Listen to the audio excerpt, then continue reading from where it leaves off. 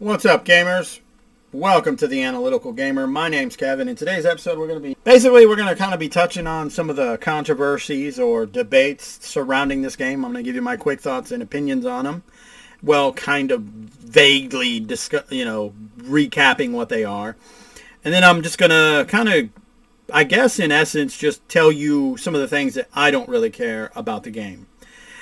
So let's, jump right into this shit. So one of the first controversies is this idea of an easy mode. And as someone who's never played a From Software game or a Souls game, I must say that, I don't really think it needs an easy mode.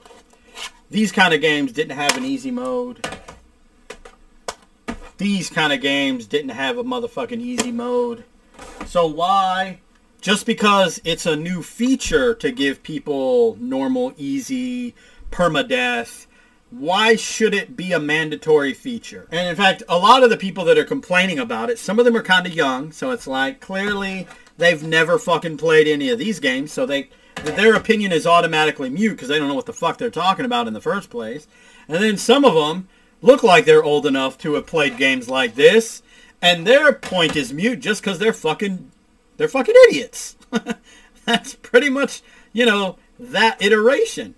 But overall, it doesn't need an easy mode. The game gives you all the mechanics that it actually needs in order for you to play the game and beat enemies.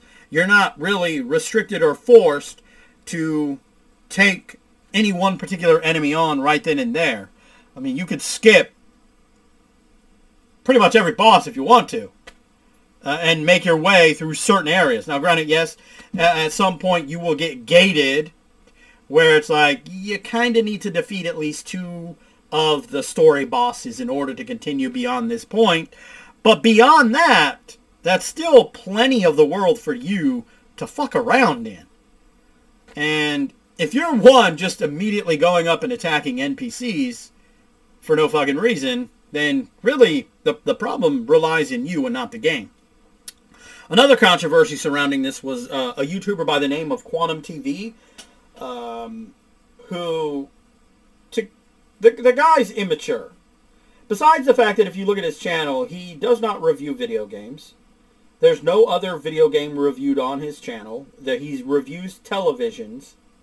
So really, to me, it comes into question why he even decided to review Elden Ring. And I'm going to say he did it for clout, clicks, and views. He actually created a video on a secondary channel that he created because he doesn't want drama on his main channel. It's like, if you don't want drama on your main channel, why'd you fucking do a review when you don't even fucking review games in the first place? Like, how fucking dense do you have to be to pull some shit like that? But in his review, he basically insults people that like those kind of games. He calls them fucking stupid and various other insults. And he honestly expected people not to respond to his childish attitude in the video? All in all, Quantum TV is an immature little kid with a camera. That pretty much sums up that little controversy. Then another controversy we run into was Elden Ring. Some developers, not the companies, but individuals that work for these developing companies, Guerrilla Games, Ubisoft, are a couple that I've heard of. I think there was one more, but I can't remember. Basically complaining about certain aspects of Elden Ring that they felt weren't good. And yet, it's like, video game is an art form. If you're a graphic or a programmer or even a writer on a video game development team, you should fucking know, first and foremost, video games is an art form. And that art representation goes down all the way to something like the UI, game mechanics, so on and such forth. And when, in terms of the scope of open world, everyone has been using the same similar UIs and open world style of gameplay. So when a company comes along and they want to change it up, you're going to bitch about it.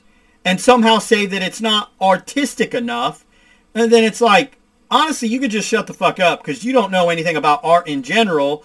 And if I would have been like the big dog on any of these companies, I would have fired All three of their dumb fucking asses. If you can't respect art, this as an art form, and what other people decide to do with their art, and lay claim that you know better when we're just using rehashed shit that every other developer uses in our games, not very original, then you don't need to be working here. And then let's, quick thoughts on Elden Ring in terms of some things that I don't really care about it. Its side questing area is utter fucking garbage, and that's not even my solo opinion. That seems to be a relatively decent consensus within most of the people that play the game, is that they definitely could have done better in terms of not necessarily, hey, follow this glowing line or some shit, but giving you a better idea of where these NPCs are going to move to so you can find them, because it kind of breaks the immersion of the game when you got to Google that shit. Just a thought.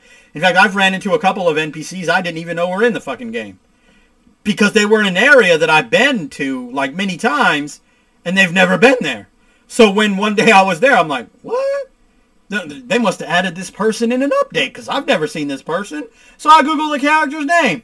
No, it's not a character that was added to the game. They've been in the game. It's just the prerequisite, which I've done before. I just never been back to that area before. So that's one area where I think they need to work on, is their side questing. The next up is their bosses. Honestly, good majority of their bosses, 80%, maybe even I dare say 90%, are utter fucking trash. And we're not even talking like how hard they are. Just the pure fucking laziness of, to use a Mass Effect 3 ending terminology, the copy-pasted, recolored bullshit bosses in this game. There's really only like 30 unique bosses. So one thing that really irritates me about this game is the utter laziness in developing bosses in this game. I mean, if any developer could criticize From Software, you think they would pick up on that and not the fucking UI. Anyway, hope you enjoyed this video in some fashion or form. And remember, gamers, if you're not voicing your thoughts and concerns about the bullshit in gaming, and about the bullshit some gamers say, and apparently even developers, or the low people on the totem pole inside the developing company, you just might be a part of the motherfucking problem.